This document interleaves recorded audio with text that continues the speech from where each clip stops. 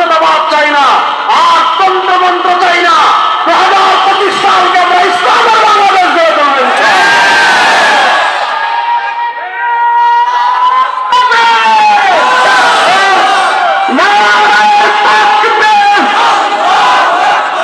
ইসলাম ছাড়া অন্য কিছু মানি না, মানব না। ইসলাম ছাড়া অন্য কিছু না। আপনারা মাইক না বসে স্লোগান দেওয়ার জন্য না, মাইকটা বন্ধ করে নিচে দিয়ে দেন, স্লোগান মাঠে দিবে। আপনারা অত বন্ধ করেন, মাইক দিয়ে কোনো স্লোগান হবে না, ঠিক কিনা? স্লোগান যাদের ধর্মার থেকে দিবে ইনশাআল্লাহ। তাইলে বলেন 31 নাইট কোন মুসলমান পালন করতে পারে? তাহলে হাততালি দেওয়া, এটা কি মুসলমানদের সংস্কৃতি? মুসলমানের সংস্কৃতি হলো লা ইলাহা ইল্লাল্লাহ, আর মুসলমানের সংস্কৃতি হলো আল্লাহু আকবার। এটাই না আমাদের স্লোগান। জয় বাংলা আমাদের স্লোগান। আমাদের স্লোগান হবে আল্লাহু, বলেন আল্লাহু। উহুদ যুদ্ধের দিন বুখারী শরীফের ঘটনা আসছে, একটু বলি, সামনের দিকে যাই। আচ্ছা, ওই ঘটনা বললে সময় কম, অন্যদিকে চলে যায়, মূল বিষয়ে আসেন। আল্লাহ তাআলা নবী করিম সাল্লাল্লাহু আলাইহি ওয়াসাল্লামকে কেন পাঠিয়েছেন, এটা করার আগে আমি যে কথাটা বলছিলাম, এই শতাব্দীতে মুসলমানদের সবচেয়ে সংকটের জায়গা কোনটা? এই শতাব্দীতে মুসলমানদের সবচেয়ে পরাজয়ের জায়গা হলো বুদ্ধিবৃত্তিক পরাজয়। বুদ্ধিবৃত্তিক পরাজয় কি আমি এটা বুঝাই। হাকিমুল উম্মত মুজাদ্দিদে দ্বীন ও মিল্লাত আল্লামা আশরাফ আলী থানভী রাহিমাহুল্লাহ নাম শুনেছেন? আল্লাহ তাআলা তার কবরকে জান্নাতের টুকরা বানিয়ে দেন। তিনি একদিকে যেমন মানে ওই মিয়াজি সাহেব আমার ব্যাপারে যা বলছে না, ওগুলো হলো সব থানভী রাহিমাহুল্লাহ। তিনি একজন দার্শনিক ছিলেন, তিনি একজন রাষ্ট্রচিন্তক ছিলেন, তিনি একজন বড় আল্লাহ ওয়ালা সাহাবে নিসবত বুজুর্গ ছিলেন, তিনি একজন মুহাক্কিক হাদিস বিশারদ ছিলেন, তিনি একজন ফকিহ ছিলেন। হাকিমুল উম্মত মুজাদ্দিদে দ্বীন ও মিল্লাত আল্লামা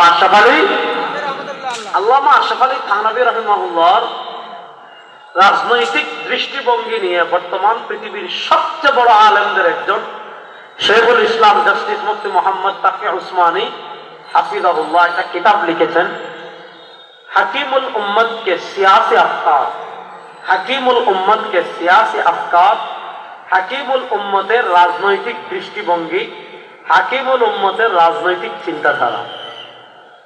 অর্থাৎ হাকিমুল উম্মতের রাজনৈতিক দৃষ্টিভঙ্গি নিয়ে তাকি উসমানী হাফিজাহুল্লাহ ওই কিতাবে আলোচনা করেছেন।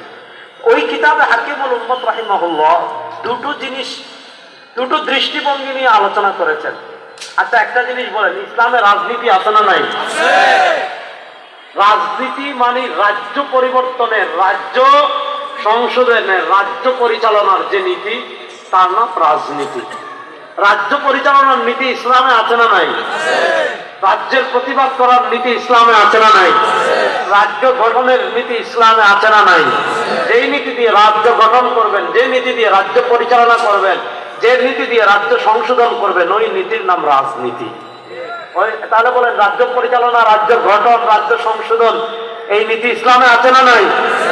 না ইসলাম এসেছে খালি শুক্রবারে মসজিদে জিলাপি খাওয়ার জন্য? কথা বুঝেন। হাকিমুল উম্মতকে সিয়াসি আফকার, হাকিমুল উম্মতের রাজনৈতিক দৃষ্টিভঙ্গি। হাকিমুল উম্মত মুজাদ্দিদে দ্বীন ও মিল্লাত আল্লামা আশরাফ আলী থানভী রাহিমাহুল্লাহ একটা চিন্তা দেখিয়েছেন খ্রিস্টানদের, আর আরেকটা চিন্তা দেখিয়েছেন মুসলমানদের ভিতর উগ্র একটা দলের। প্রথমে তিনি খ্রিস্টানদের চিন্তা দেখিয়েছেন, তারপর তিনি মুসলিমদের ভিতর যে উগ্র চিন্তা আছে ওইটা দেখিয়েছেন, তারপর মুসলমানদের ভিতর ভারসাম্যপূর্ণ যে অবস্থান রয়েছে সেটা দেখিয়েছেন। আসেন, খ্রিস্টানদের যে রাষ্ট্রগুলো আছে পৃথিবীতে, ইসলামের আগে বলেন পরে বলেন, খ্রিস্ট রাজ্য যেগুলো আছে, খ্রিস্ট রাজ্যগুলো তাদের ধর্ম দিয়ে, খ্রিস্ট রাজ্যগুলো তাদের ধর্মীয় কিতাব দিয়ে, ধর্মগ্রন্থ দিয়ে পরিচালিত হয়েছে খুবই কম সময়। অর্থাৎ খ্রিস্টান রাজ্য পরিচালনায় তাদের ধর্মের দখল খুবই কম সময় ছিল। তাহলে খ্রিস্টান রাজ্য পরিচালনার মৌলিক মূলনীতি কি ছিল? মনোযোগ।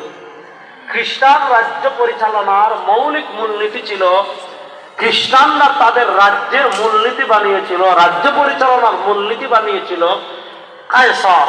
কায়সার গির্জা, গির্জা, মনোযোগ, কায়সার, কায়সার, গির্জা, গির্জা।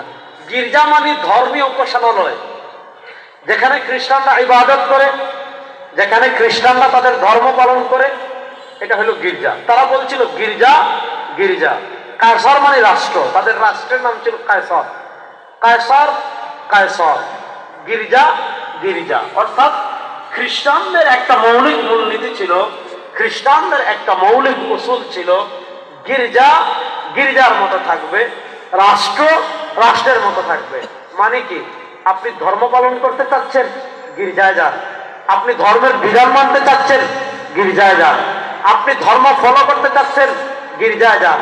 আপনার একান্ত ব্যক্তিগত জীবনে আপনি ধর্মকে মানতে চাচ্ছেন, গির্জায় যান। আপনার ফ্যামিলিতে আপনি ধর্মকে ফলো করতে চাচ্ছেন, আপনি গির্জায় যান। অর্থাৎ তাদের ধর্মটা শুধু গির্জার মধ্যেই ছিল। এখনো দেখবেন খ্রিস্ট রাজ্যে আপনি দেখবেন পৃথিবীর সবচেয়ে ছোট একটা রাষ্ট্র আছে, যে রাষ্ট্রের নাম হলো ভ্যাটিকান সিটি। আপনি পাদ্রী হয়ে আপনি ধর্মীয় নেতা হয় ধর্ম পালন করতে চাচ্ছেন, আপনি ভ্যাটিকান সিটিতে যান, ওখানে গিয়ে আপনি 100 ধর্ম পালন করেন। তো তাদের ধর্মটা ছিল গির্জার ভিতরেই সীমাবদ্ধ। অর্থাৎ ধর্মের সবকিছু গির্জায় থাকবে, কায়সার কায়সারের মতো থাকবে, রাষ্ট্র রাষ্ট্রের মতো থাকবে। অর্থাৎ রাষ্ট্রের আইন কি হবে, গির্জা মাথা ঘামাবে না। রাষ্ট্রের সংবিধান কি হবে, গির্জা মাথা ঘামাবে না। রাষ্ট্রের নেতৃত্ব কে দিবে, গির্জা মাথা ঘামাবে না। রাষ্ট্রের বিচার ব্যবস্থা কি হবে, গির্জা মাথা ঘামাবে না। রাষ্ট্রের আইন আদালত কেমনে চলবে, গির্জা মাথা ঘামাবে না। রাষ্ট্রের অর্থনীতি কি হবে, গির্জা মাথা ঘামাবে না। রাষ্ট্রের সংসদ ব্যবস্থা কেমন হবে, গির্জা মাথা ঘামাবে না। সিটি কর্পোরেশন কেমনে চলবে, গির্জা মাথা ঘামাবে না। উপজেলা পরিষদ কেমনে চলবে, গির্জা মাথা ঘামাবে না। ইউনিয়ন কেমনে চলবে, গির্জা মাথা ঘামাবে না। অর্থাৎ রাষ্ট্র কার সাথে যুদ্ধ করবে, কার সাথে সন্ধি করবে, কি আইন করবে, কে ক্ষমতায় আসবে, কোন আইনে রাষ্ট্র চলবে, কি সংবিধান হবে, কোন আইনে সংসদ চলবে, কোন আইনে বিচার ব্যবস্থা চলবে, কোন আইনে রাষ্ট্রের অর্থনীতি চলবে, গির্জা একটুও মাথা ঘামাবে না। ভাই, ধর্ম ওই গির্জার ভিতর থাকবে। রাষ্ট্রের কোন ক্ষেত্রে ধর্ম মাথা ঘামাবে না, রাষ্ট্রের কোন ক্ষেত্রে গির্জা মাথা ঘামাবে না। আচ্ছা বলেন, এই যে গির্জা গির্জা, রাষ্ট্র রাষ্ট্র, ধর্ম থাকবে গির্জা, রাষ্ট্রের কোন বিষয় গির্জা মাথা ঘামাবে না, ধর্ম মাথা ঘামাবে না, এই চিন্তাটা খ্রিস্টানদের না মুসলমানদের? মুসলমানদের। এই চিন্তাটা মুসলমানদের না খ্রিস্টানদের? খ্রিস্টানদের মৌলিক মূলনীতি হলো ধর্ম থাকবে গির্জায়, রাষ্ট্রে কোনো ধর্ম থাকবে না। এবার বলেন, ইসলাম কি শুধু মসজিদে থাকার জন্য এসেছে? ইসলাম এসেছে হুয়াল্লাযী আরসালা রাসূলাহু বিল হুদা ওয়া দীনিল হাক্কি লিইয়ুযহিরাহু আলা দ্বীনি কুল্লিহি। ইসলাম এসেছে ঘরে বাহিরে, সংবিধানে, সংসদে, আপনার বিচার ব্যবস্থায়, সংবিধানে, আইন আদালতে, সিটি কর্পোরেশনে, উপজেলা পরিষদে, ইউনিয়ন পরিষদে, একদম ঘর থেকে নিয়ে সংসদ পর্যন্ত ইসলাম এসেছে বিজয়ী হওয়ার জন্য, আলাদা হওয়ার জন্য আসে না। ইসলাম এসেছে বিজয়ী হওয়ার জন্য, আলাদা হওয়ার জন্য আসে। এবার আসেন, ধর্ম থাকবে গির্জায়, রাষ্ট্রের কোন ধর্ম নাই, রাষ্ট্রের কোন ধর্মীয় অধিকার নাই, রাষ্ট্রের সাথে ধর্মের কোন সম্পর্ক নাই। এই চিন্তাটা মুসলমানদের না খ্রিস্টানদের? আরে জোরে বলেন না, এই চিন্তাটা মুসলমানদের না খ্রিস্টানদের? আসেন, খুব মনোযোগ দিয়ে যুবকরা বুঝো, বুদ্ধিবৃত্তিক ভাবে তারা আমাদেরকে কেমনে দাস বানিয়েছে, বুদ্ধিবৃত্তিক ভাবে তারা আমাদেরকে কেমনে গোলাম বানিয়েছে, আমি আপনাদেরকে বুঝাই। এখন তাদের এই চিন্তাটা মুসলমানদের ভিতর পুশ করবে কেমনে, তাদের এই চিন্তাটা মুসলমানদেরকে শিখাবে কেমনে, তাদের এই চিন্তাটা মুসলমানদেরকে খাওয়াবে কেমনে?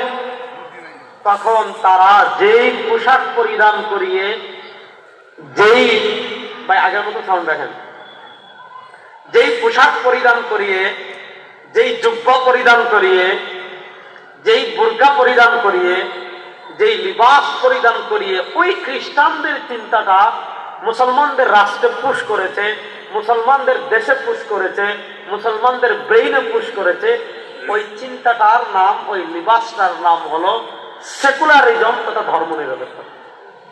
বলেন, ওই চিন্তাটার নাম সেকুলারিজম তথা ধর্ম নিরপেক্ষতা। দুটা ব্যাখ্যা, খুব মনোযোগ দিয়ে বুঝেন। ধর্ম নিরপেক্ষতার দুইটা ব্যাখ্যা।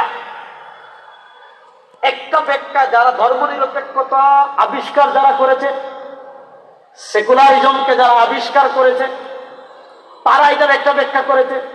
সেটা কি?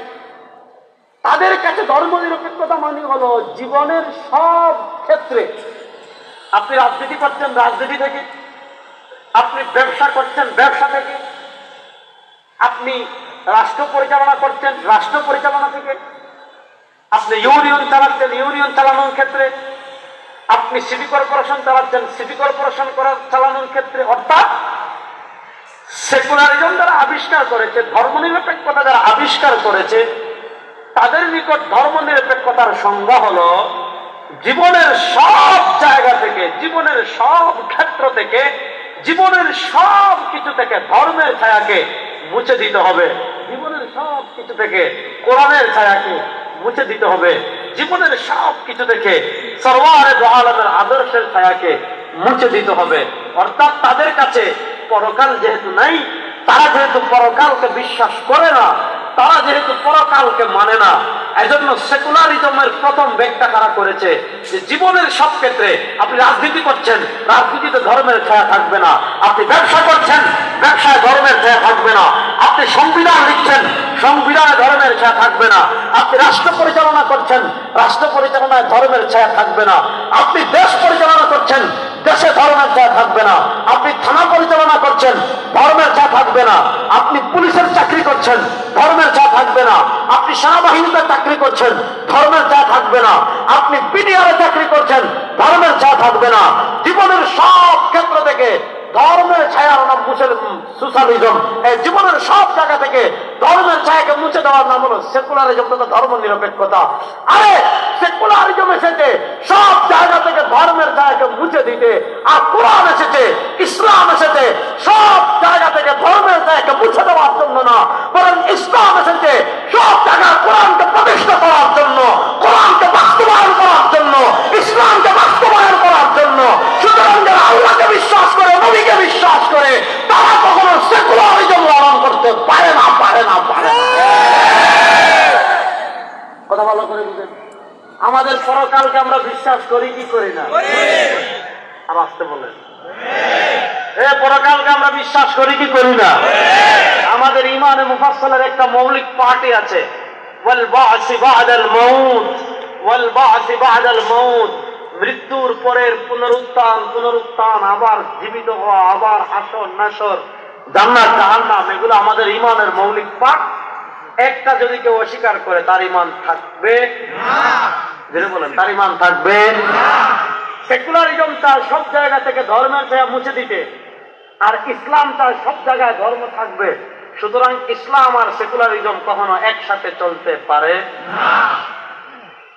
যখন তারা দেখলো যে মুসলমান তো এই চিন্তা খাবে না যে সব জায়গা থেকে ধর্মের ছায়া মুছে দিতে হবে, কোন জায়গায় ধর্ম থাকবে না, কোন জায়গায় ধর্মের ছায়া থাকবে না, কোন জায়গায় ধর্মের অনুশাসন থাকবে না, তারা যখন দেখলো মুসলমান এই চিন্তা খাবে না, এটা গ্রহণ করবে না, তখন আমাদের ভিতর একদল দালাল তৈরি করেছে।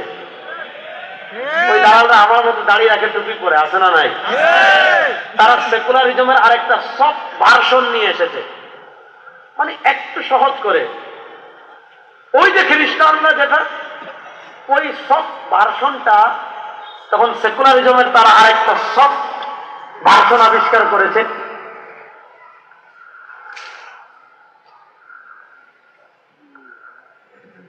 সেকুলারিজমের সেই সফট ভার্সন কি? খ্রিস্টানরা বলতো ধর্ম থাকবে গির্জায়, রাষ্ট্রের কোনো ধর্ম নাই। এখন মুসলমান সমাজে তারা সেকুলারিজমকে একটা পোশাক দিয়ে বলেছে, হুজুর প্রিয় মুসলমান ভাই সব, আপনারা ধর্ম পালন করতে চাচ্ছেন, মসজিদই তো আছে, মসজিদে আপনার ধর্ম পালন মাদ্রাসায় করেন, ধর্ম পালন খানকায় করেন, ধর্ম পালন ঘরে করেন, রাষ্ট্রের ধর্ম লাগবে না, বিচার ব্যবস্থায় ধর্ম লাগবে না, অর্থনীতিতে ধর্ম লাগবে না, নেতৃত্বে ধর্ম লাগবে না, সংবিধানে ধর্ম লাগবে না। এটা হলো সেকুলারিজমের সফট ভার্সন, এটা হলো ধর্ম নিরপেক্ষতার সফট ভার্সন। যেহেতু উগ্র ভার্সন মানে সব জায়গা থেকে ধর্মের ছায়া মুছে দেওয়া, এটা তো মুসলমান গিলবে না, এটা তো মুসলমান খাবে না, এটা তো মুসলমান করবে না। এজন্য তারা সেকুলারিজমের সব ভার্সন নিয়ে হাজির হয়েছে। সেকুলারিজমের সব ভার্সন কি? যে ধর্ম পরিবারে থাকবে, ধর্ম ঘরে থাকবে, ধর্ম মসজিদে থাকবে, ধর্ম খানকায় থাকবে, ধর্ম মাজারে থাকবে, ধর্ম শুক্রবারে নামাজের পর গরম জিলাপি খাওয়া থাকবে, আর ধর্ম উরুসে থাকবে। এর বাইরে রাষ্ট্রের কোনো ধর্ম নাই। রাষ্ট্রে ধর্ম লাগবে না, অর্থনীতিতে ধর্ম লাগবে না, রাষ্ট্র আলাদা, ধর্ম আলাদা। আচ্ছা বলেন, এই চিন্তাটা মুসলমানদের না মুশরিকদের? এই চিন্তাটা না মুসলমানদের না খ্রিস্টানদের? এবার আমি আপনাদেরকে আধুনিক একটা শিরিক বলি।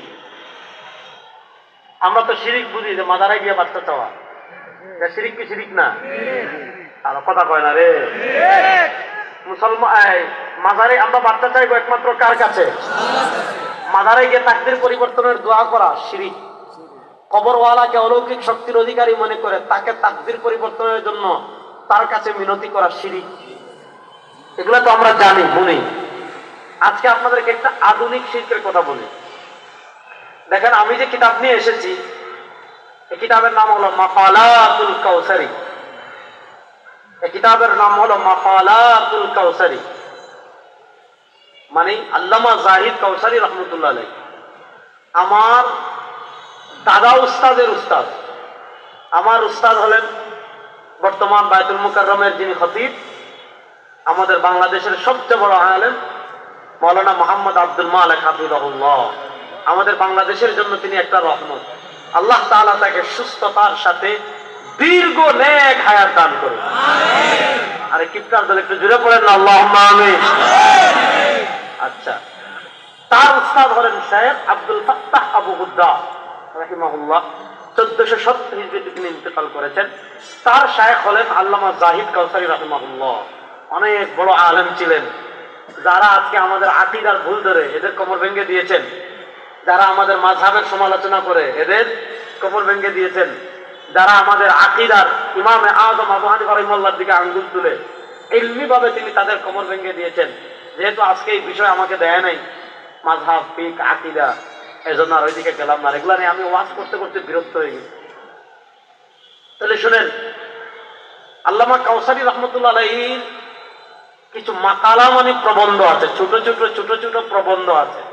ওই আল্লামা কাউসারি রাহিমাহুল্লাহর ছোট ছোট মাকালা একত্রিত করে ছাপানো হয়েছে মাকালাতুল কাউসারি বিকালামিল আল্লামা শেখ মোহাম্মদ জাহিদ আল কাউসারি রাহিমাহুল্লাহ। অনেক বড় আলেম ছিলেন, উলামায়ে কেরাম তালিবুল ইলম তো জানেনই। আসেন, আল্লামা কাউসারি রাহিমাহুল্লাহর একটা প্রবন্ধ আজকে আমি আপনাদেরকে পাঠ করে শোনাবো। এটা হলো 278 নম্বর পৃষ্ঠায়। আল্লামা কাউসারি রহমতুল্লাহ আলাইহি একটা প্রবন্ধ লিখেছেন, যে প্রবন্ধের শিরোনাম হলো হুকমু মুহাওয়ালাতি ফাসলি দ্বীনি আনিদ দাওলা। যে প্রবন্ধের শিরোনাম হলো হুকমু মুহাওয়ালাতি ফাসলি দ্বীনি আনিদ দাওলা, দ্বীনকে দাওলা থেকে আলাদা করার বিধান। অর্থাৎ ধর্মকে রাষ্ট্র থেকে আলাদা করার বিধান, অথবা রাষ্ট্রকে ধর্ম থেকে আলাদা করার বিধান। ওই যে সেকুলারিজম যেটাকে আমরা বলি, অর্থাৎ ধর্ম আলাদা, রাষ্ট্র আলাদা। রাষ্ট্রের কোনো বিষয়ে ধর্মের মাথা লাগবে না, রাষ্ট্র ঘরে থাকবে, ধর্ম ঘরে থাকবে, ধর্ম মসজিদে থাকবে, ধর্ম খানকায় থাকবে।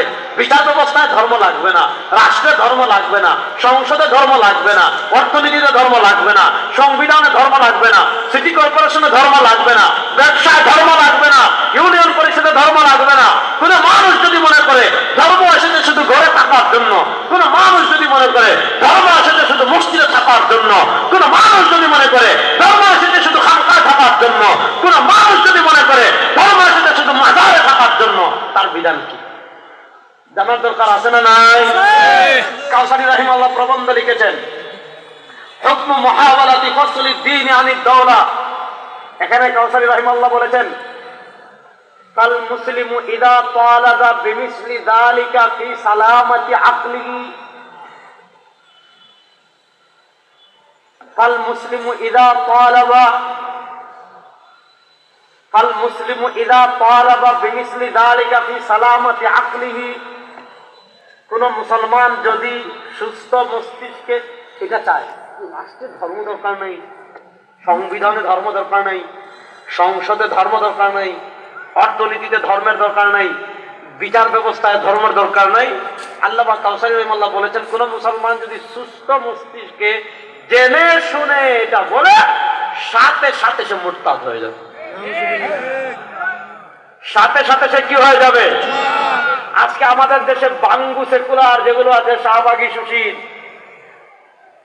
আপনারা যখন বলবেন ইসলামের নামে রাজনীতি করতে চাইবেন, ইসলামকে সংসদে নিয়ে যেতে চাইবেন, কোরআনকে সংসদে নিয়ে যেতে চাইবেন, কোরআন দিয়ে বিচার ব্যবস্থা পরিচালনা করতে চাইবেন, কোরআন দিয়ে রাষ্ট্র পরিচালনা করতে চাইবেন, বলবে হুজুর আপনারা ইসলাম পালন করেন মসজিদে, আপনারা ইসলাম পালন করেন যেটা আওয়ামী লীগ বলতো, আপনারা ইসলাম পালন করেন ঘরে, ইসলাম পালন করেন ওয়াজে, সংসদে কোন ইসলাম চলবে না।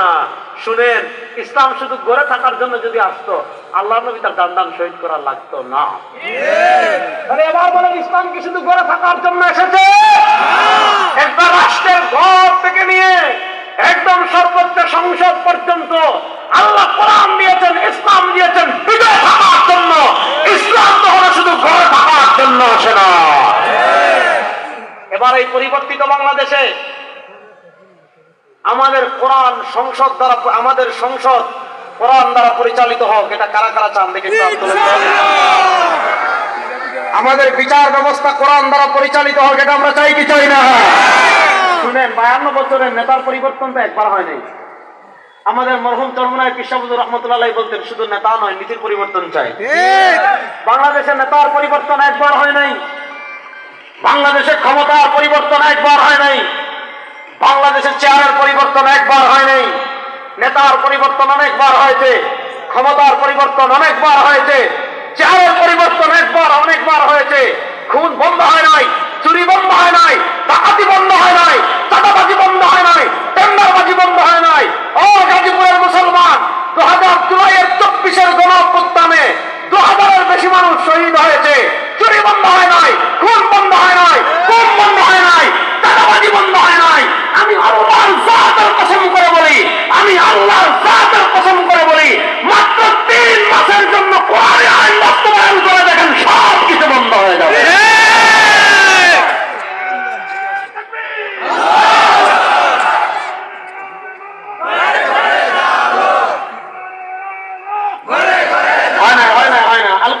ঘরে ঘরে আর কত জ্বালবেন? 52 বছর তো জ্বালছেন মিয়া।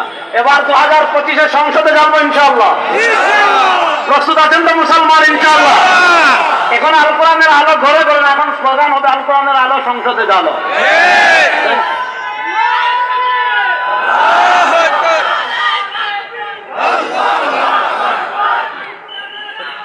সংসদে জ্বালো,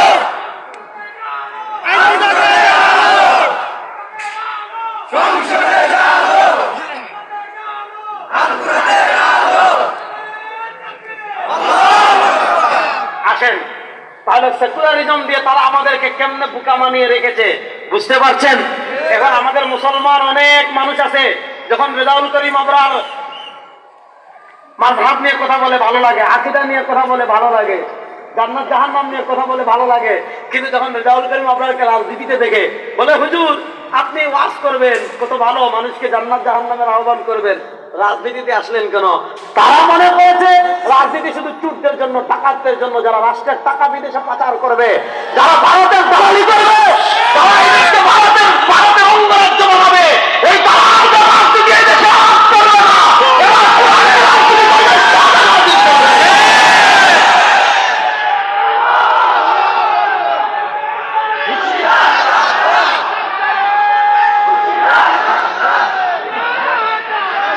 শুনেন মুসলমান, ভারতের এরা তো পাগল হয়ে গেছে বুঝছেন।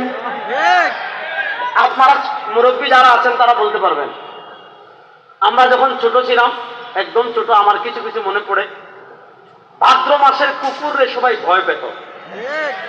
ভয় পাইতো না? কেন পাইতো জানেন? ভাদ্র মাসের কুকুর কামড় দিলে, আগেকার মানুষ বলতো, এখন তো ভ্যাকসিন বের হয়ে গেছে, এগুলা নাই, আগে বলতো ভাদ্র মাসে কুকুর কামড় দিলে মগজে বাচ্চা হয়ে যায়। এজন্য মানুষ ভাদ্র মাসে যখন নামাজ পড়তে যেত, হাতে বটি বা অস্ত্র নিয়ে যেত, কুকুর কামড় না দেয়। তো ভাদ্র মাসের কুকুর কামড় দিলে মানুষ লাফাইতো, কষ্ট হইতো। কলকাতার হারবাল বিক্রেতা, ভারতের সাংবাদিক যেগুলো আছে, শেখ হাসিনার পতনের পর মনে হচ্ছে যে ভাদ্র মাসের 12টা কুত্তা এদের একসাথে কামড়াইছে। এখন ভাই তুই খবর পড়বি, স্বাভাবিকভাবে বসে পড়, খবর তো আমরা দেখি ওমা খবর পড়তেছে, একদম দৌড় দিয়ে একবার এদিকে, আরেকবার দৌড় দিয়ে এদিকে, আরেকবার দৌড় দিয়ে সামনের দিকে, আরেকবার পিছন দিয়ে দৌড় দিয়ে পিছন দিকে, আর বলে বাংলাদেশ থাকবে না, বাংলাদেশ নাকি তার বাপের দেশে দখল করবে। আমি ওই দিন সিলেট গিয়েছিলাম, একটা প্রোগ্রাম ছিল জাফলং, আরেকটা ছিল কোম্পানিগঞ্জ, মানে একদম সীমান্তের সাথে। এখানে মনে করেন ওয়াজ 200-300 হাত দূরে হবে ইন্ডিয়া সীমান্ত, মানে মাইক লাগাই যেমন দাদারাও যাতে শুনে। কারণ আগে তো এগুলা সুযোগ ছিল না, আমার দেশে ওয়াজ করুন, তোর দেশে গেলে যাও। আমি ওখানে বলে আসছি, দাদারা আপনারা শুনতেছি আমাদের দেশে আসতে চাচ্ছেন, আপনারা আগরতলায় কেউ জমা হচ্ছেন, কেউ সুতারকান্দি জমা হচ্ছেন, শুনেন আমাদের বাংলাদেশের 14 কোটি মুসলমান, আমরা প্রত্যেকেই কেচি নিয়ে রেডি আছি। যারা আসবেন দাদারা অপার থেকে, কারণ হিন্দুরা তো মুসলমানই দেয় না। আমরা বলেছি আমরা 14 কোটি মুসলমান আপনাদেরকে ফ্রি খতনা দেওয়ার জন্য রেডি আছি, ইনশাআল্লাহ বলেন। শুনেন মুসলমান তোমরা সংখ্যায় বেশি হতে পারো, আমরা তো সেই জাতি 300 জন মিহা। আর বাংলাদেশের কথা বাদ দেন, 2001 সালে কুড়িগ্রামের একটা এলাকা আছে বড়াইবাড়ি সীমান্তে বিডিআর মাত্র 8 জন, আর এনডিআর বিএসএফ ছিল 400 জন। ওই 400 জনকে পিটাইয়া সুদা করে দিয়েছে 8 জন বিডিআর। ওই দেশের মানুষ, আমরা বাংলাদেশের মুসলমান, আমরা গরুর দুধ খাই, মুখ খাই না, ভালো করে মনে রাখবেন। আমরা গরুর মগজ খাই, গরুর গোবর খাই না, মনে রাখবেন। বাংলাদেশের দিকে হাত বাড়াবেন, হাত ভেঙে টুকরা টুকরা করে দিবেন ইনশাআল্লাহ। বাংলাদেশের দিকে চুপ তুলবেন, দিল্লির লাল কেল্লা পর্যন্ত কালেমার পতাকা উড়িয়ে দিবেন। বাংলাদেশ নিয়ে ফাইজলামি চলবে না। এটাকে আপনি দিল্লি মনে করছেন? তোমরা বেটা কি মানুষ আমরা জানি না। কলকাতায় গেলে আসা যায় না বুটের গন্ধে। আপনি কলকাতা থেকে যদি ট্রেনে দিল্লি যান, পুরা রাস্তা মুখ বন্ধ করতে হবে, কারণ তারা জাতিগত ভাবে খোলা মাঠে পায়খানা করে। আমাদের বাংলাদেশের মানুষ যত গরিব হোক, তার টয়লেট আছে না নাই? এই গাজীপুরে আপনি 1% মানুষও পাবেন না যারা খোলা মাঠে পায়খানা করে, আর ভারতের অধিকাংশ মানুষ এখনো রাস্তাঘাটে পায়খানা করে। হুমকি যে আমাদের দেশ দখল করবে, ভারতের দালাল এই দেশে আর চলবে না ইনশাআল্লাহ। ইনশাআল্লাহ বলেন। তাহলে আমি যে আমার মূল কথা আছে ভালো করে বুঝেন। ওই সেকুলারিজমকে তারা আমাদের উপর চাপিয়ে দিয়ে তাদের মতো একটা ইসলামকে তারা, এজন্য আমাদের দেশে এমন মানুষ বহু পাবেন যে বিশ্বরা যখন রাজনীতিতে নামে, শেখুল হাদিস সাহেবরা যখন রাজনীতিতে নামে, মসজিদের ইমাম সাহেবরা যখন রাজনীতিতে নামে, মুহাদ্দিসরা যখন রাজনীতিতে নামে, হুজুর আপনারা কেন নামলেন? এই কথাটা কোথা থেকে আসছে? ওই যে তারা বুঝাই ফেলছে ইসলাম মানে মাদ্রাসা থাকবে, ইসলাম মানে খানকা থাকবে, ইসলাম মানে মসজিদে থাকবে, আর নেতৃত্ব তাদের, অর্থনীতি তাদের, সংসদ তাদের, বিচার ব্যবস্থা তাদের। ওই খেলা বাংলাদেশে আর চলবে না ইনশাআল্লাহ। আর ধর্ম নিরপেক্ষতাকে আমি আপনাদেরকে বুঝাতে পেরেছি, এই সেকুলারিজম আমি আপনাদেরকে বুঝাতে পেরেছি। এবার আসেন মূল কথায় আসেন, একটা ইতিহাস বলবো শুনেন। বাংলাদেশ স্বাধীন হয়েছে 1971-এ। আমাদের স্বাধীনতা হয়েছে 2 বার। আমরা স্বাধীনতা লাভ করেছি কয়বার? আর বলেন না যুবকরা, বলেন না, আমরা স্বাধীনতা লাভ করেছি কয়বার? একবার 1971-এ, একবার 1947-এ। বলেন, একবার 1971-এ, একবার 1947-এ। আপনাকে তারা 71-এর গল্প শোনায়, 47-এর গল্প কেন শোনায় না? এটা জানার দরকার আছে না নাই? আসেন, বাংলাদেশ হয়েছে 71-এ। 71-এর আগে বাংলাদেশ পাকিস্তান এক রাষ্ট্র ছিল, আমরা ছিলাম পূর্ব পাকিস্তান, ওটা ছিল পশ্চিম পাকিস্তান। ওটা 47-এ স্বাধীন হয়েছে। 1947-এর আগে, ইতিহাসটা মনে রেখেন, 1947-এর আগে 1803 সাল থেকে নিয়ে 1947 সাল পর্যন্ত এই 140 বছরের একটু বেশি এই ভারত উপমহাদেশের ক্ষমতায় ছিল ব্রিটিশ ইস্ট ইন্ডিয়া কোম্পানি। আচ্ছা বলেন, এই যে 1803 সাল থেকে নিয়ে 1947 পর্যন্ত ইস্ট ইন্ডিয়া কোম্পানি এদেশের শাসন ক্ষমতায় ছিল। আচ্ছা আপনারা বলেন, তারা এদেশের মালিক ছিল না ডাকাত ছিল? ধরে বলেন, তারা মালিক ছিল না ডাকাত ছিল? ডাকাত ছিল। ডাকাইতের আগে 1803 সালের আগে 700 বছর, কয়শো বছর? 700 বছর ভারতের মালিক কারা ছিলাম? আমরা বলেন, ভারতের মালিক কারা ছিলাম? তাহলে দেখেন, হিন্দুরা ক্ষমতায় এসেছে 1947-এ, এখনো 80 বছর হয় নাই। 80 বছরের কাছাকাছি হয়েছে, 80 বছর হয়ে গেছে, 100 বছর হয় না এখন। দেখেন বাংলাদেশ নিয়ে আজকে তাদের প্রথম মাথা ব্যথা ভারতের হিন্দুদের, যে এই দেশে আচ্ছা বলেন, এই যে গাজীপুর একটা বাংলাদেশের সবচেয়ে বড় সিটি কর্পোরেশন না, সবচেয়ে আমার জানা মতে বাংলাদেশের সবচেয়ে বড় মানে সিটি, ঢাকা থেকেও এখানে লোক বেশি। আচ্ছা বলেন, এই যে 5ই আগস্টের পর গাজীপুরের কোন মন্দিরে কোন মুসলমান হামলা করেছে? হায় মুসলমান, জোরে বলেন। গাজীপুরের কোন হিন্দুদের দোকানে মুসলমানরা আক্রমণ করেছে? গাজীপুরের কোন হিন্দুদের ঘর বাড়ি জমি মুসলমান দখল করেছে? জীবনে করে না। এগুলো আমাদের ইসলাম ধর্ম এগুলা সাপোর্ট করে না। ইসলাম ধর্ম যদি এগুলা সাপোর্ট করত, ইসকন তো আমাদের হাতের ময়লা।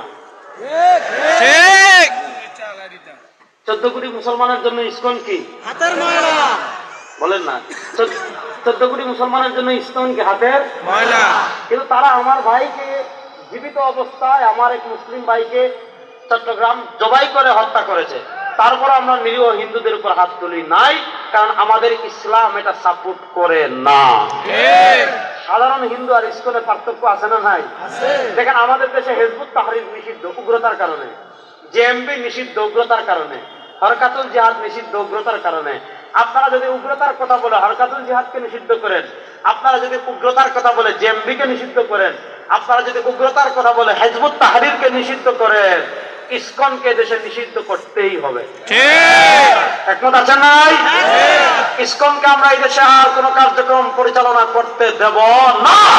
অন্তর্বর্তীকালীন সরকারকে বলবো, আমার ভাই আলিফকে চট্টগ্রামে যারা নৃশংসভাবে জবাই করেছে, ফরিদপুরের মধুখালীতে আমার 2 মুসলিম যুবককে যারা পিটিয়ে হত্যা করেছে, ওই উগ্র ভারতের দালাল ইসকনকে বাংলাদেশে আর কোন কার্যক্রম পরিচালনা করতে দেওয়া হবে না। সরকারকে বলবো, অতি শীঘ্রই আপনারা ইসকনকে নিষিদ্ধ করেন, নয় বাংলাদেশে যে আগুন জ্বলবে বঙ্গোপসাগরের পানি দিয়ে সে আগুন নিভাতে পারবেন না। আপনারা কি শুরু করেছেন? এখনো ইসকনকে নিষিদ্ধ করেন না? দ্রুত করতে হবে। একমত আছেন না নাই? আসেন তাহলে ভারতের মালিক আমরা ছিলাম কয় বছর? দেখেন আজকে দাদারা ভারতে 80 বছর হয়েছে, কি করতেছে? বাবরি মসজিদ ভেঙে রাম মন্দির বানাইছে, বানায় নাই? এই গুজরাটের কসাই নরেন্দ্র মোদী গুজরাটে সাম্প্রদায়িক দাঙ্গা সৃষ্টি করে হাজার হাজার মুসলমানকে হত্যা করেছে। কাশ্মীরে মুসলমানদেরকে হত্যা করা হচ্ছে, দিল্লিতে মুসলমানদেরকে হত্যা করা হচ্ছে, আসামে মুসলমানদেরকে হত্যা করা হচ্ছে, হায়দ্রাবাদে মুসলমানদেরকে হত্যা করা হচ্ছে, সিকিমে করা হয়েছে। পৃথিবীতে সবচেয়ে বেশি যে রাষ্ট্রে সাম্প্রদায়িক দাঙ্গা হয়েছে সে রাষ্ট্রের নাম ইন্ডিয়া, সে রাষ্ট্রের নাম ভারত। আমাদের বাংলাদেশে কখনো কোনো মুসলমান সাম্প্রদায়িক দাঙ্গা করে না, এগুলো ইসলাম ধর্ম সাপোর্ট করে না। বাংলাদেশে যে 2-1টা ঘটনা আওয়ামী লীগের আমলে হয়েছিল, এগুলা তারাই করেছে তাদের অবৈধ ক্ষমতাকে দীর্ঘ করার জন্য। এগুলোর সাথে আমাদের মুসলমানদের কোনো সম্পর্ক নাই। ভারতকে বলবো, আজকে 5ই আগস্টের পর একটা মন্দিরে হামলাও হলো না, এবং ভয়েস অফ আমেরিকা রিপোর্ট করেছে যে আগের তুলনায় বাংলাদেশে হিন্দুরা ভালো আছে। বাংলাদেশের হিন্দু নেতৃবৃন্দ তারাও বলছে আমরা নিরাপদে আছি, আমাদের উপর কোনো সমস্যা নাই। কিন্তু ভারত এত পাগল হলো কেন? কারণ 15 বছর থেকে যে অবৈধ সরকারকে তারা ক্ষমতায় বিনা ভোটে রেখেছিল, দিনের ভোট রাতে করে রেখেছিল, তাদের মাধ্যমে তারা আমার দেশকে তাদের অঙ্গরাজ্য বানানোর ষড়যন্ত্র করেছিল। তাদের ষড়যন্ত্র এদেশের ছাত্র জনতা ভেস্তে দিয়েছে, এই জন্য তাদের আরামের ঘুম হারাম হয়ে গিয়েছে। আপনি দেখেন আওয়ামী লীগের আমলে অভিজিৎ রায়কে পিটিয়ে খুন করেছে, আওয়ামী লীগের আমলে গয়েশ্বর চন্দ্র বাবুকে রাস্তায় প্রহার করেছে, আপনার কাতকে হিন্দুদের পল্লী আওয়ামী লীগ ক্ষমতায় আসার জন্য জ্বালিয়ে দিয়েছে। তখন তো ভারতের ঘুম ভাঙ্গে নাই। এখন আসলে যে ঘুম ভাঙ্গেছে বোঝা গেল এখন কিছু ঘটনা ঘটে নাই, তারপরও তারা তাদের ঘুম ভেঙে গিয়েছে। বোঝা গেল ডাল মে কুচ কালা হে। আসেন ওই লম্বা ঘটনার দিকে যাব না, শুনেন। আমাদের ইসলাম যদি তাদের মতো উগ্র হইতো, ভারতের ক্ষমতা আমরা 700 বছর ছিলাম, এক একজন যদি পিস্তল ধরে এক একজনকে বলতো আমি কালেমা পড়, ভারতে হিন্দু থাকতো? 700 বছর, আমরা 700 বছর, 1 বছরে 365 দিন না 64 দিন। আপনি যদি 1 বছর না 700 বছরে এক একজন যদি অস্ত্র ধরে বলতাম কালেমা পড়, ভারতে হিন্দু থাকতো? আমাদের ইসলাম এগুলা সাপোর্ট করে না, আমাদের ইসলাম এগুলা সমর্থন করে না বলেই আমরা সংখ্যালঘুদেরকে পৃথিবীর সবচেয়ে বেশি যে রাষ্ট্রের সংখ্যালঘুরা নিরাপদ, ওই রাষ্ট্রের নাম হলো বাংলাদেশ। ওই রাষ্ট্রের নাম বাংলাদেশ। যাক, কথায় আসি। আওয়ামী লীগের আমলে যেমন হিন্দুরা সবচেয়ে বেশি সুবিধা পেত, অনেক সময় মনে হইতো রাষ্ট্রই তাদেরই। আপনি আলিয়া মাদ্রাসার প্রিন্সিপাল বানাই দিয়েছিলেন হিন্দুরে, এগুলো আমাদের বাংলাদেশে হয় নাই? হয়েছে। ওইটা তো আর আপনি মাদ্রাসার কথা বললাম, কথা ভালো করে বুঝেন। ব্রিটিশ সরকার যে 150 বছর শাসন ক্ষমতা পরিচালনা করেছে, অসময় জমিদার হতো হিন্দুরা, খাজনা আদায় করার দায়িত্ব পেত হিন্দুরা, ট্যাক্স আদায় করার দায়িত্ব পেত হিন্দুরা, সব কিছু করার ক্ষমতা পেত হিন্দুরা। দেখা যাচ্ছে মুসলমানরা চরম জুলুমের শিকার হতো, মুসলমানরা চরম বৈষম্যের শিকার হতো। আপনি দেখেন, বালাকোটে জিহাদ করেছে মুসলমান, সিপাহী বিপ্লবে অধিকাংশ মুসলমান, রেশমি রুমারে মুসলমান, দারুল দেওবন্দ প্রতিষ্ঠায় মুসলমান, ব্রিটিশ বিরোধী আন্দোলনে মুসলমান, খুন হয়েছে মুসলমান, শহীদ হয়েছে মুসলমান, নির্বাসিত হয়েছে মুসলমান। কিন্তু দেখা যাচ্ছে হিন্দুরা প্রায়োরিটি পায় বিভিন্ন কারণে। মুসলমানরা তখন আলাদা একটা রাষ্ট্র, যে বলেছে ব্রিটিশরা বিদায় নিচ্ছে, হিন্দুদের সাথে আর থাকবো না, হিন্দুরা তাদের আলাদা রাষ্ট্র থাকবে, মুসলমানদের আলাদা রাষ্ট্র থাকবে।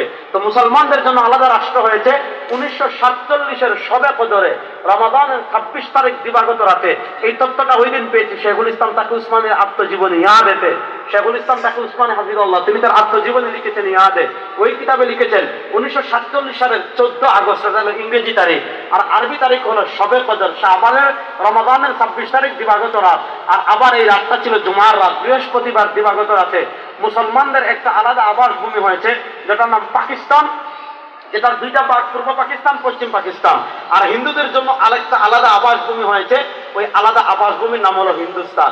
এবার আসেন, 47-এ আমরা যে একটা স্বাধীনতা লাভ করলাম, যে স্বাধীনতার কারণে আমরা আলাদা আবাসভূমি পেলাম, ভারত ভারতের মতো থাকলো, পাকিস্তান পাকিস্তানের মতো হলো। ওই 47-এ মুসলমান যখন আলাদা আবাসভূমির জন্য আন্দোলন করেছে, আলাদা আবাসভূমির জন্য সংগ্রাম করেছে, আলাদা আবাসভূমির জন্য যখন মিছিল করেছে, ওই আন্দোলন, ওই সংগ্রাম, ওই মিছিলে মুসলমানদের স্লোগান একটাই ছিল, पाकिस्तान का मतलब क्या, ला इलाहा इल्लल्लाह। रास्ते बोले, पाकिस्तान का मतलब क्या, ला इलाहा इल्लल्लाह। बोले पाकिस्तान का मतलब क्या, ला इलाहा इल्लल्लाह। তাহলে 47-এর স্বাধীনতার ভিত্তি ছিল কার উপর? আল্লাহ। লা ইলাহা ইল্লাল্লাহ বলেন। 47-এর স্বাধীনতার ভিত্তি ছিল কার উপর? তাহলে 1947-এ আমরা স্বাধীনতা লাভ করেছি কোন তন্ত্রমন্ত্রের জন্য না। 1947-এ আমরা স্বাধীনতা লাভ করেছি সেকুলারিজমের জন্য না। 1947-এ আমরা স্বাধীনতা লাভ করেছি ডেমোক্রেসির জন্য না। 1947-এ আমরা স্বাধীনতা লাভ করেছি মানুষের বানানো তন্ত্রমন্ত্রের জন্য না। 1947-এর স্বাধীনতার চেতনা ছিল লা ইলাহা ইল্লাল্লাহ। আরে বলো না, লা ইলাহা ইল্লাল্লাহ। 1947-এর স্বাধীনতার চেতনা ছিল লা ইলাহা ইল্লাল্লাহ। আছেন 47-এ লা ইলাহা ইল্লাল্লাহ। আরে ভাই, আবরার সাহেবরা জুড়ে কেন কথা বলে? মাহমুদুল হক কেন জুড়ে কথা বলে? মুফতি ফয়জুল করিম কেন জুড়ে কথা বলে? জুনায়েদ আল হাবিব কেন জুড়ে কথা বলে? আরে তার দাদারা এদের স্বাধীন করেছে, এরা জুড়ে কথা না বললে তার বাপ বলবে?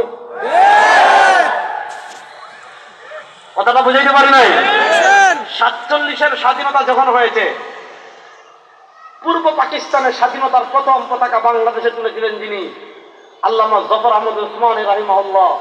তিনি হলেন হাকিমুল উম্মত, মুজাদ্দিদে দ্বীন ও মিল্লাত, আল্লামা আশরাফ আলী থানভী রাহিমাহুল্লাহর বাগনা, আমাদের ঢাকা আলিয়ার হেড মুহাদ্দিস, হানাফি মাযহাবের বিখ্যাত কিতাব ইলামুস সুনানের লেখক।